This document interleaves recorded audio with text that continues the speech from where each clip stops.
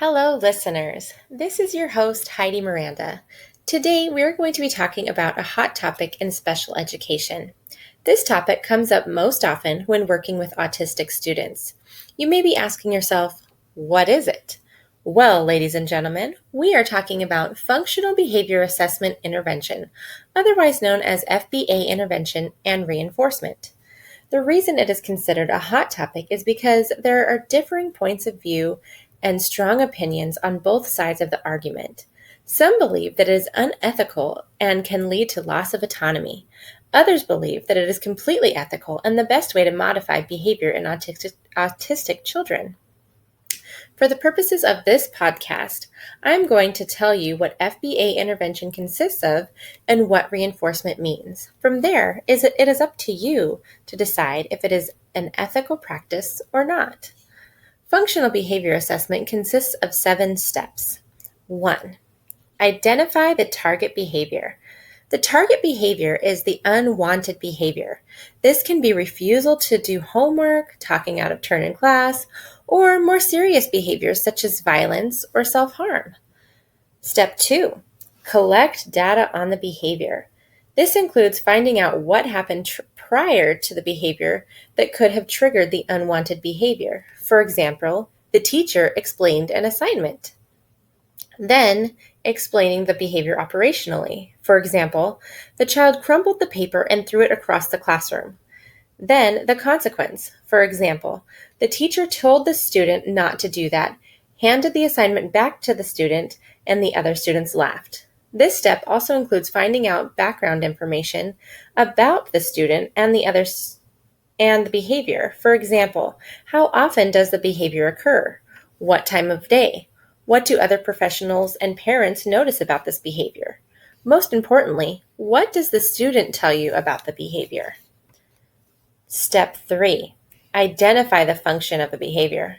This means that the behavior is being analyzed on a matrix to see if the function is attention, escape, tangibles, or sensory needs. This assumes that all behaviors can be lumped into these 4 categories. Step 4. Design a function-based intervention. Once the function of the behavior is identified, the professionals can think of a more desirable behavior that would get the same function. For example, instead of throwing the paper across the room, the student would raise his hand to ask for help or for a movement break before beginning the assignment. They can also change the antecedent.